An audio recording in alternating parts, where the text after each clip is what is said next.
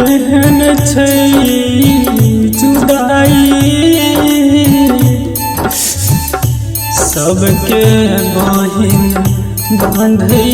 छै राखी हमर छै सोना कलाई पल में हंसैया लागे पल में कन्हैया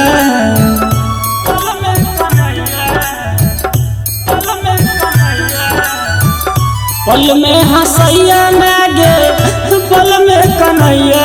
सुन माई गे माई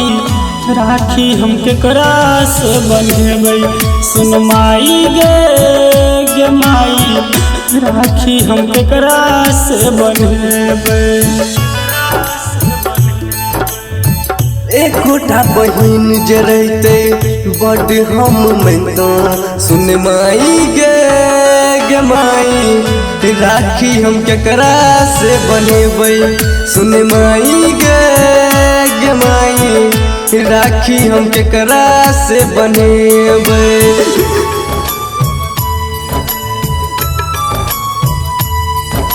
Presented by Anu Recording Studio।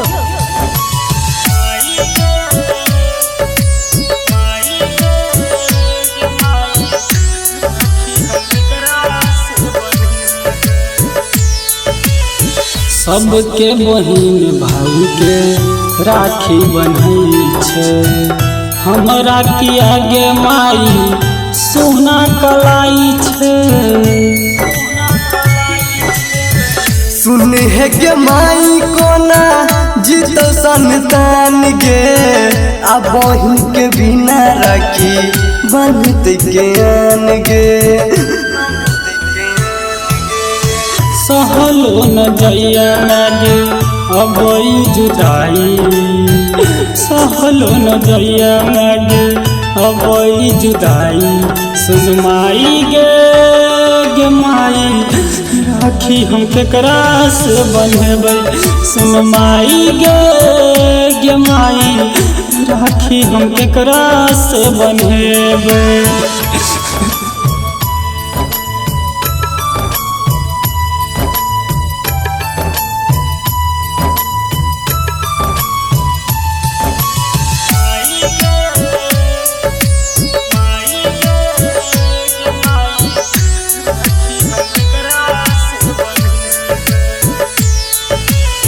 जत हम जाइ छी मागे सब हंसैया अब बहिन के याद हमरा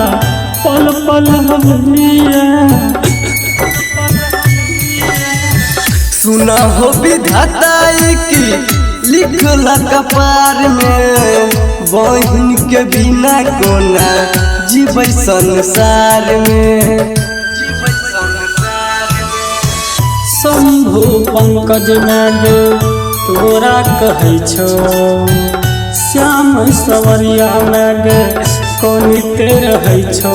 सुन माई गे माई बहिन के बिना कोना जीवो सुन माई गे माई राखी हम केकरा से बंधेबै।